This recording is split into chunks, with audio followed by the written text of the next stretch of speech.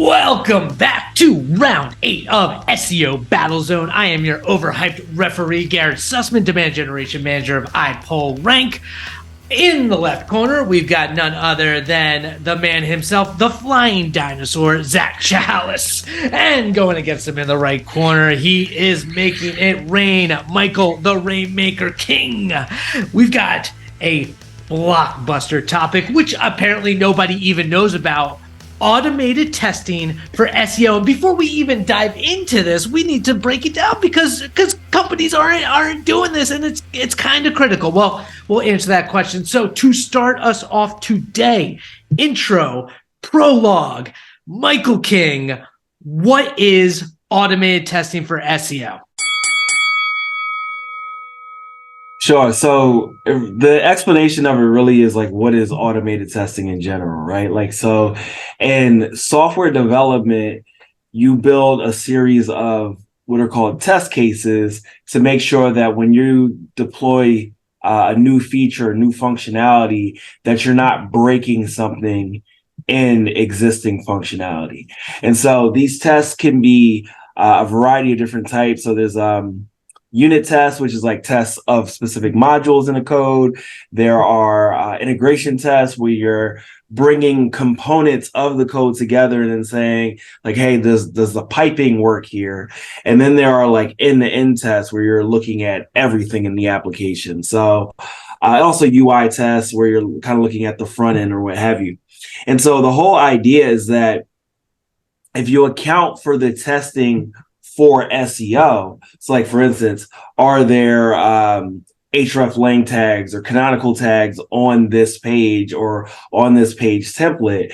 You make sure that whenever a developer puts something new, that they don't break what SEO considerations were already in place.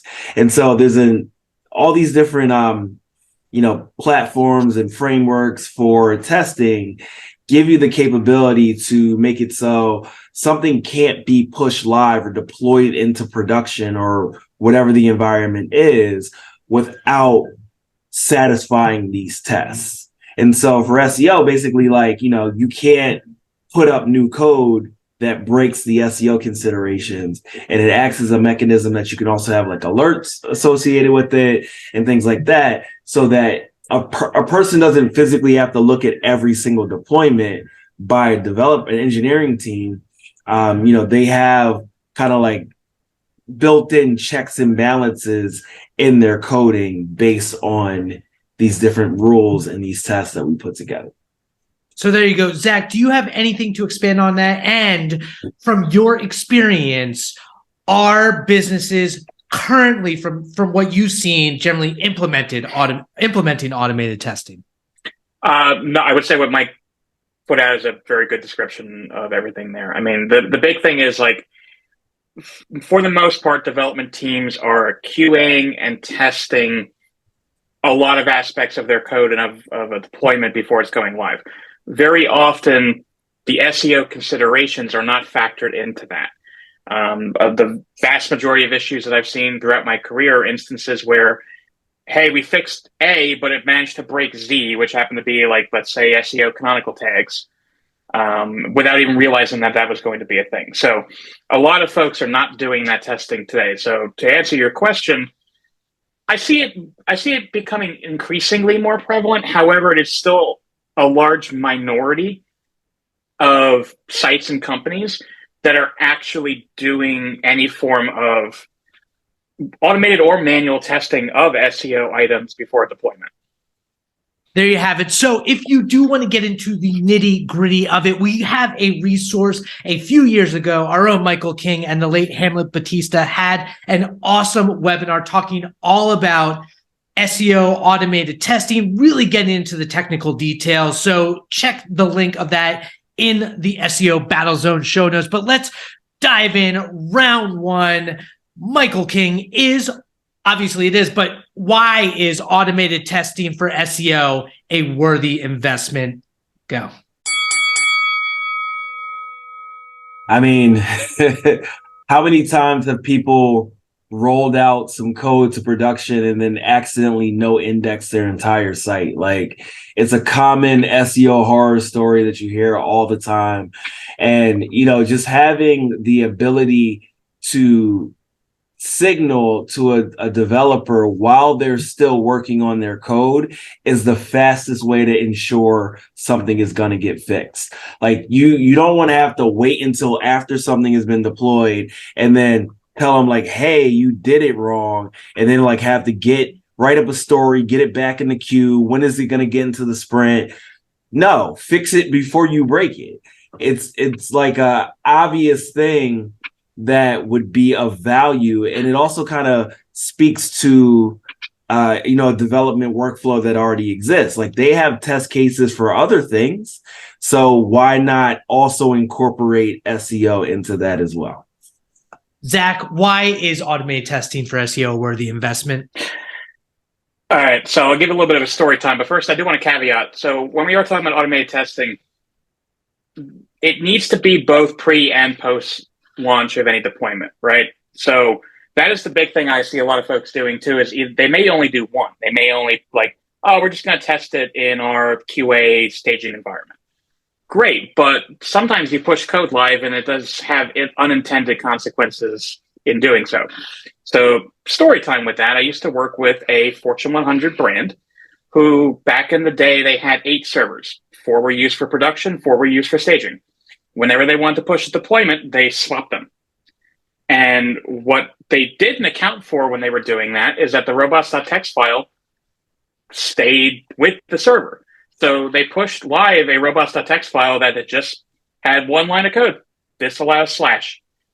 So you're talking about a Fortune 100 brand, the site organically generating at least $250 million a year in revenue. You've just basically told Google to remove your entire site from it. So that's where automated testing comes into play. I'm actually the one that caught that problem with them, but it's because I set up automated testing for those particular use cases. I was actually golfing that day. I was on PTO. And I was about to tee off on the 18th hole and got a text message, hey, this broke. Suddenly it's like, hey, guys, I need to step away for a second and make a phone call. So the automated testing helps to catch that type of scenario before you, for lack of a better word, shoot yourself in the foot and destroy your site from an organic visibility standpoint. Okay, that's compelling. So round 2, what are the biggest barriers to conducting automated testing for SEO? And I'm sure there are a ton. Mr. Michael, go for it.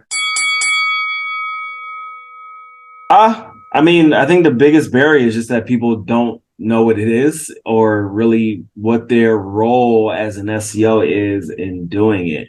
The expectation isn't that like you as an SEO, you're going to like configure tests or write code for tests. Like, that's not it. It's more that the SEO is kind of acting like a product manager and saying, these are the test cases that we want to account for.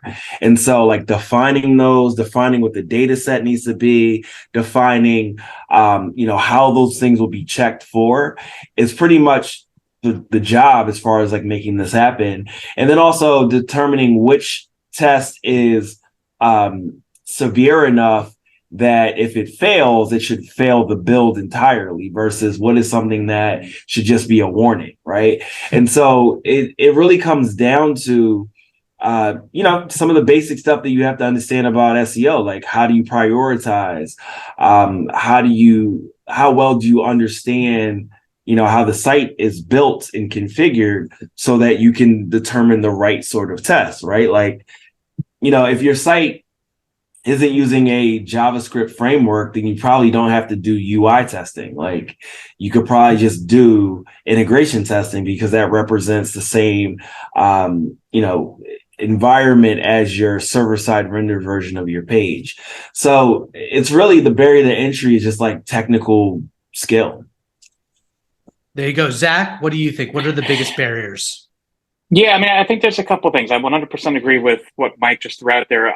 Some of the things I also used to see is, hey, a lot of sites or companies are working with a third-party development group or even their in-house development org.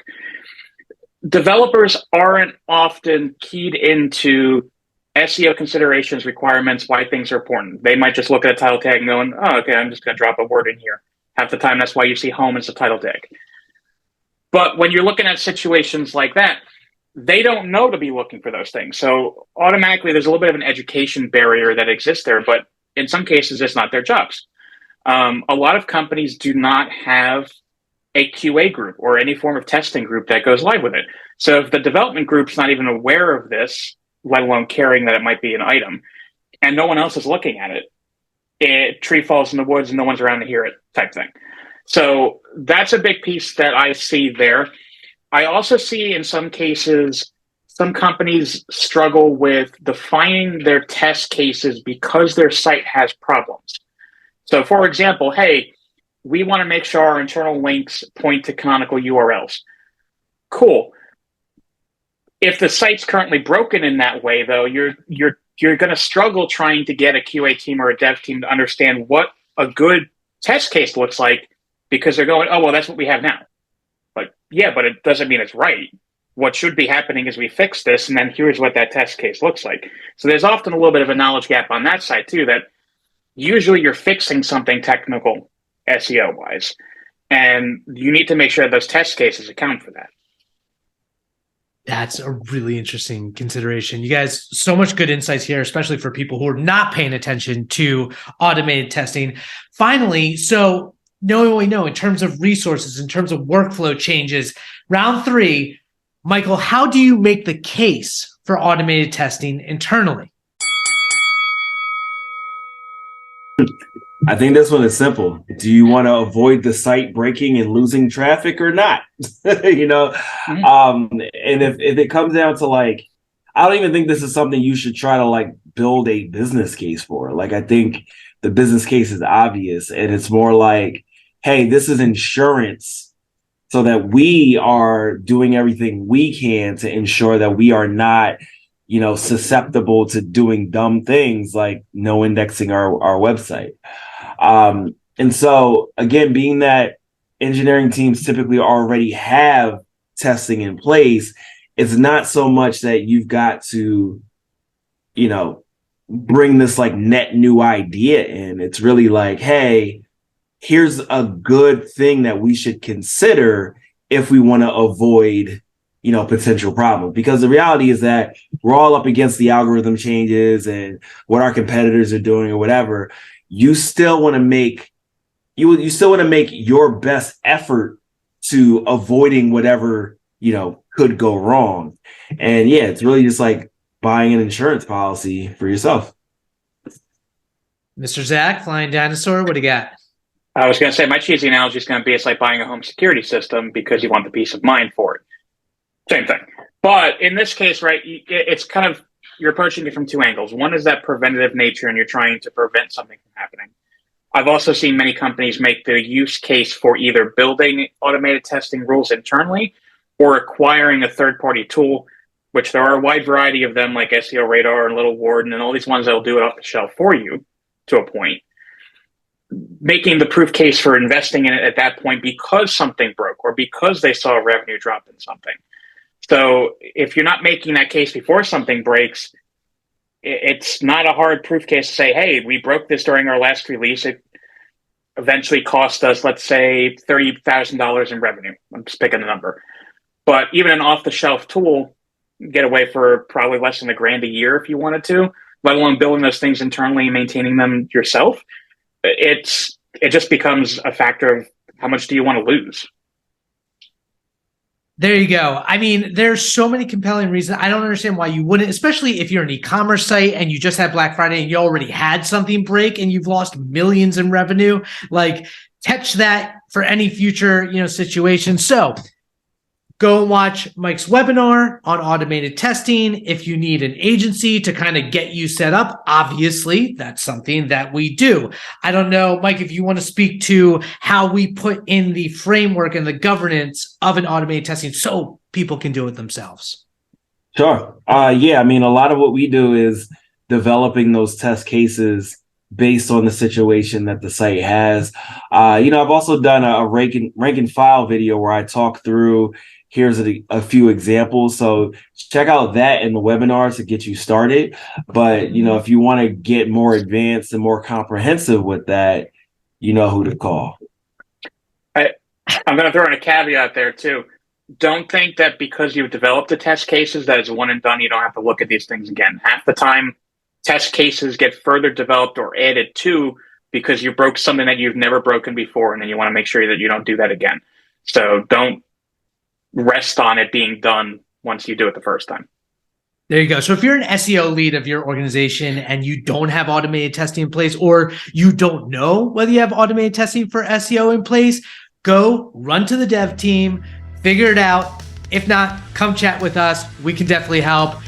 That, once again, another episode round of SEO Battlezone. We got Mike the Rainmaker King. We've got Zach the Flying Dinosaur Chahalis. And I am your overhyped referee, Garrett Sussman. We are of iPullRank, and we will catch you next round.